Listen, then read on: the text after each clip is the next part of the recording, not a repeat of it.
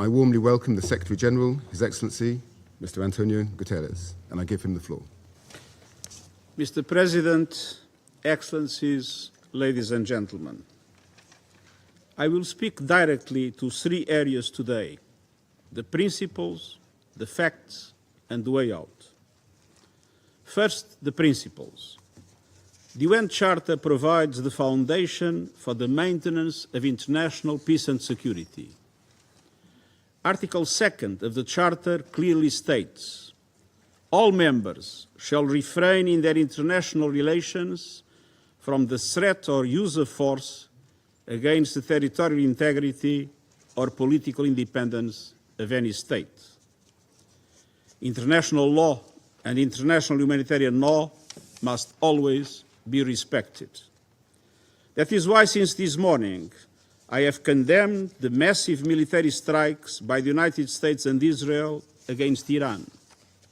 And I also condemned the subsequent attacks by Iran, violating the sovereignty and territorial integrity of Bahrain, Iraq, Jordan, Kuwait, Qatar, Saudi Arabia, and the United Arab Emirates. We are witnessing a grave threat to international peace and security. Military action carries the risk of igniting a chain of events that no one can control in the most volatile region of the world. Let me be clear, there is no viable alternative to the peaceful settlement of international disputes. Lasting peace can only be achieved through peaceful means, including genuine dialogue and negotiations. Mr. President, second, the facts. The situation on the ground is very fluid. There are many unconfirmed reports. Here is what we know.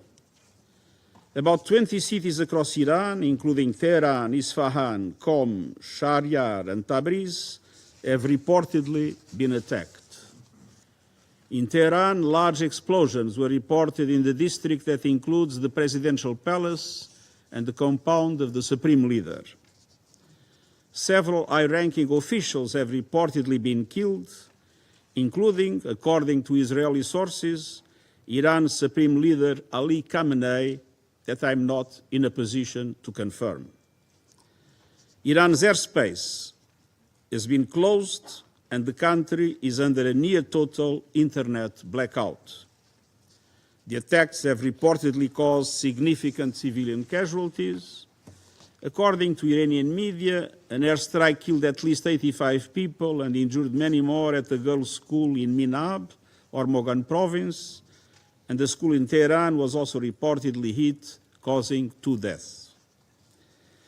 Mr. President, military action is expanding rapidly across the region, creating an increasingly volatile and unpredictable situation and heightening the risk of miscalculation. According to Israeli sources, 89 people have been injured in Iran's subsequent strikes on Israel, and there were also impacts in the occupied West Bank. Iran has announced that in reaction to US and Israeli airstrikes, it targeted US military assets in the region. These strikes have reportedly hit civilian areas and infrastructure in the countries that I have already mentioned. Indirect impact of falling debris was also reported in Lebanon and Syria. Most Gulf states successfully intercepted the Iranian strikes. However, the UAE reported that 1 civilian was killed by debris from an intercepted missile. In Iraq, there are reports of drone and missile attacks from both sides. There are also reports that Iran is closing the Strait of Hormuz for international shipping.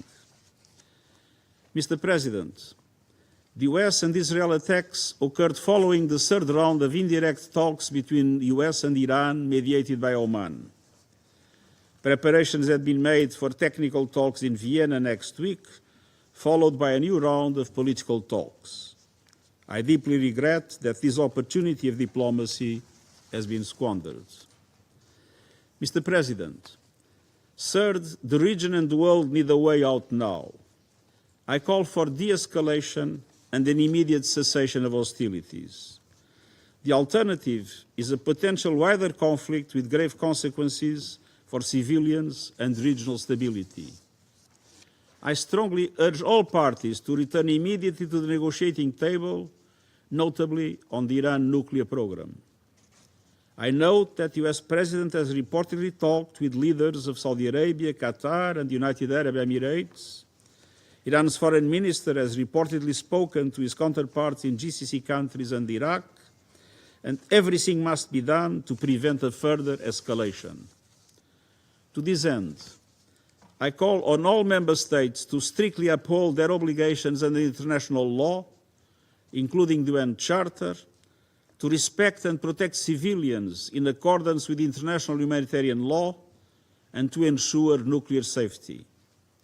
Let us act responsibly and together to pull the region and our world back from the brink.